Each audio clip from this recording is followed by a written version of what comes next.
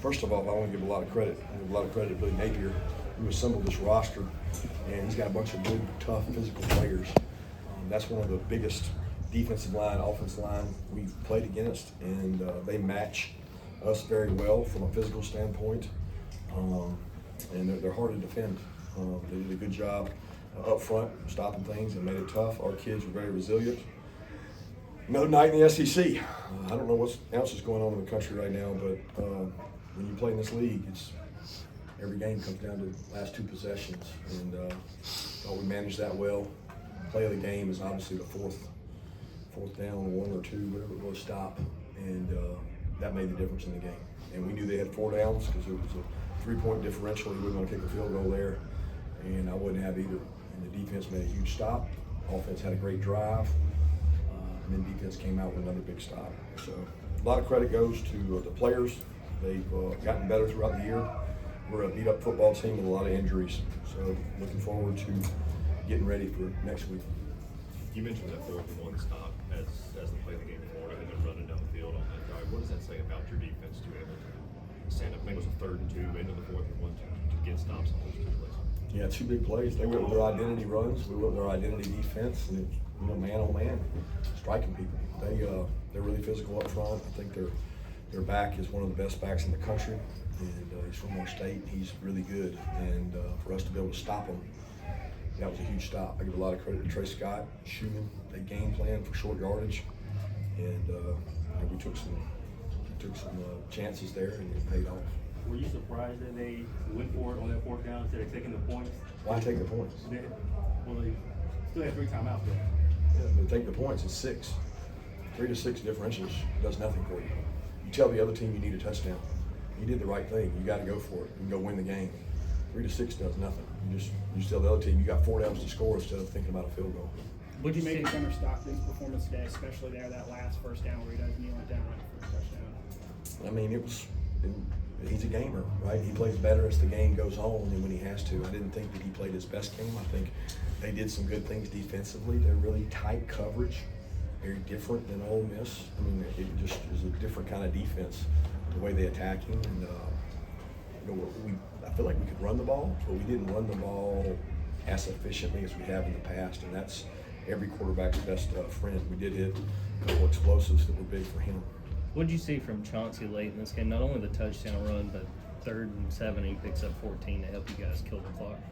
Yeah, great runs. I mean, I'll be honest with you, Nate could probably make those runs too. I mean, Dwight could make those runs. McCray could make those runs. And let's give credit where credit's due. Chauncey did an awesome job. And I thought that the check on the run for the touchdown was the 2nd biggest play of the game because Gunnar saw something, changed the O-line, picked it up, and it's really hard to run that.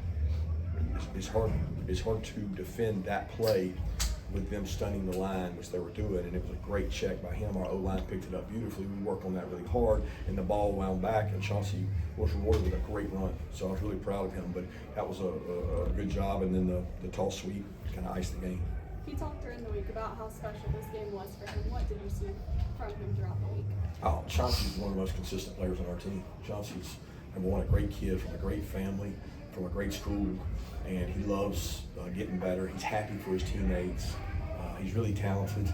He's in a talented room, and it's hard when you share carries because, I mean, they're sitting there with really one healthy back and one other back, and he's getting all the carries, and then, we got 3-4 guys that I got a lot of confidence in that room. I hate it for McCray and Dwight because they're really good backs, but they're a good run-stop team, so it made it hard. Kirby, you mentioned about being beat up on defense with Jordan and DeMello, Crisco. How are they, and how'd you together? Well, we patched it together because we had to. I mean, we have some depth on the D-line. I don't know Jordan's injury has something to do with his knee. I don't know the exact injury. DeMello has something to do with his elbow. I don't know how severe it is. And then Crisco was something to do with his knee. But I didn't get a report before I came in here, so I don't know. But that puts us a little bit down at several positions, and we'll have to have guys step up and get ready to play. It's all over our league right now. And Florida was that way coming into the game with a lot of defensive guys they got back for this game. You said you expected Florida to go a little tempo this week, or early in your press conference early this week. They did that coming out. Was there anything that you didn't expect that they did in this ball game? especially with the coaching change? That's a confusing question for me. Anything I didn't expect that they did. I mean, they ran their offense for the most part. I think they simplified some things for the quarterback and tried to speed it up so he could go play and not have to shift motion. But they still ran parts of their shift motion. They still ran some of their staple plays that are very similar to ours. You know, he's really talented and hit some shot centers. Did you get an explanation? Did you get an explanation on the gunner false start? Yeah, it's a mechanic thing that they think that he's overdoing the clap, which is, I mean, whatever. I mean, y'all film guys. Go show every time he's ever clapped in his career. He overdoes it all the time. And I'm like, Gunner, quit gyrating before you clap because you're telling the defense when the ball's being snapped. He did the clap on that play exactly like he did every play, but he got called, so we honored the call. It might be a little bit stressful, but how valuable is it that your team is so resilient and able to keep coming back and finding ways to win throughout the season as you're getting closer to the end of the season? It's better than the alternative, isn't it? CJ had 13 tackles tonight, I think. What would you make of this play? Man, I wish he was out there every play. I mean, he's a machine. He erases things. Ball gets out, Lagway looks like he's about to go, and I was like, he looks like he's going to run for a long way. And CJ runs him down and tackles him like right away. I mean, the kid practices so hard and wants to win so bad for Georgia. I don't know that I've seen a kid that cared more about the team performance than CJ does. Now, a lot of people care about it. They're not willing to practice like he does, and he practices so hard that it comes across in his play. He's a great leader, and I appreciate the work he puts into it. The need for Gunner at the end, too, on Sydney, is so Yeah, we got it fixed this time, right? To a lot of bettors' dismay, we fixed it. Kirby, what did you see on the long pass over here? The long pass to Sturtevant at the end? Long pass to Sturtevant.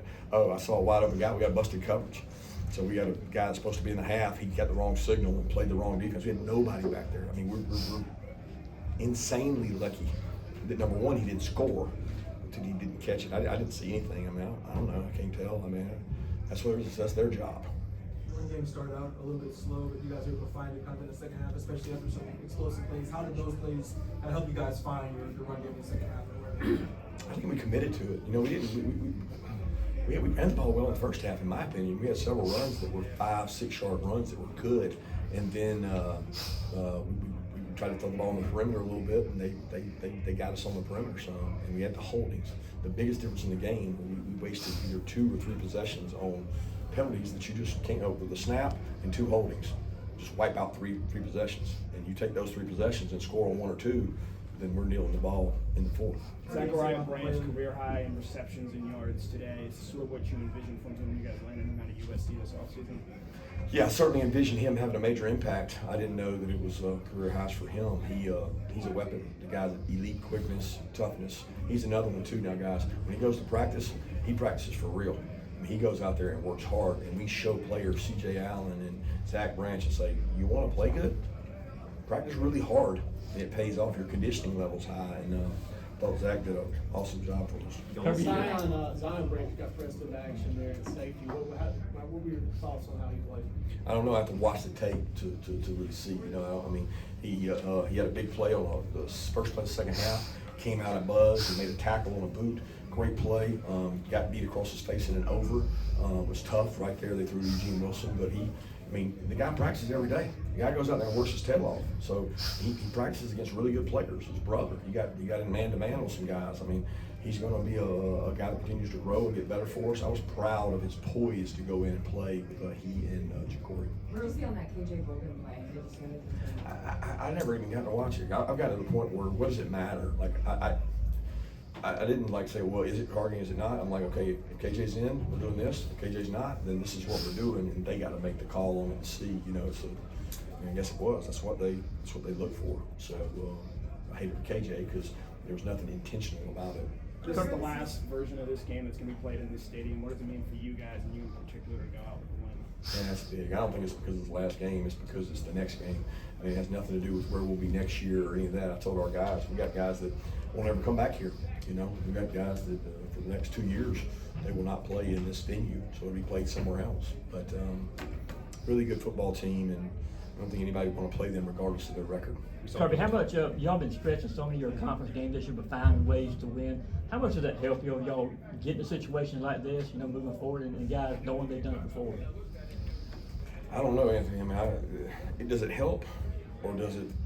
I don't know. I don't believe in playing with fire, but if I could just write the script and say, yeah, let's go up by 14, let's go up by 21. I don't write the script, so the script kind of plays out. I know that our kids are not uncomfortable playing from that. They don't get chained to a scoreboard. There's people that play chained to the scoreboard. Our guys are free of that, and they just play to the team and keep chopping and keep chopping. Eventually, good things happen. I do think we're very well conditioned. I do think our guys believe in winning in the fourth. Noah Thomas came up with a touchdown today. Seemed like he played a lot of snaps. What did you think of how he has progressed since the bye week and stepping up with Colby out there? Proud of Noah. He's worked really hard. Thought Mike and them schemed up a really good play for him. It wasn't like a one-on-one go beat him. It was he was overcoming the play earlier in the game where it ricocheted off of him and they got a pick, and he made up for it by making a hell of a play with a guy coming at him, taking a free shot on him on the whole shot play. What happened at the end of the game? Was it just kind of emotional time over the scuffle at the end? I don't really know. A lot of Georgia kids out there for them, a lot of Florida kids for us. Rivalry games. I mean, at that point the game was over. There's not a lot you could do. You need to do all your talking and playing before the game. I know you say it's just another week in the SEC, but we know how much this rivalry means to you as a player and a coach. What does a win like this against Florida do for the team? It creates confidence. I mean, it's a good team. I don't know. It's the next step in the puzzle. Look, I have a lot of respect for their staff. There's families on that staff that I'm good friends with. Russ Callaway, his dad, helped me get a job at Georgia. Rob Sale, I basically played golf and best friends with. Vinny Sinceri, who I coached and loved Vinny to death.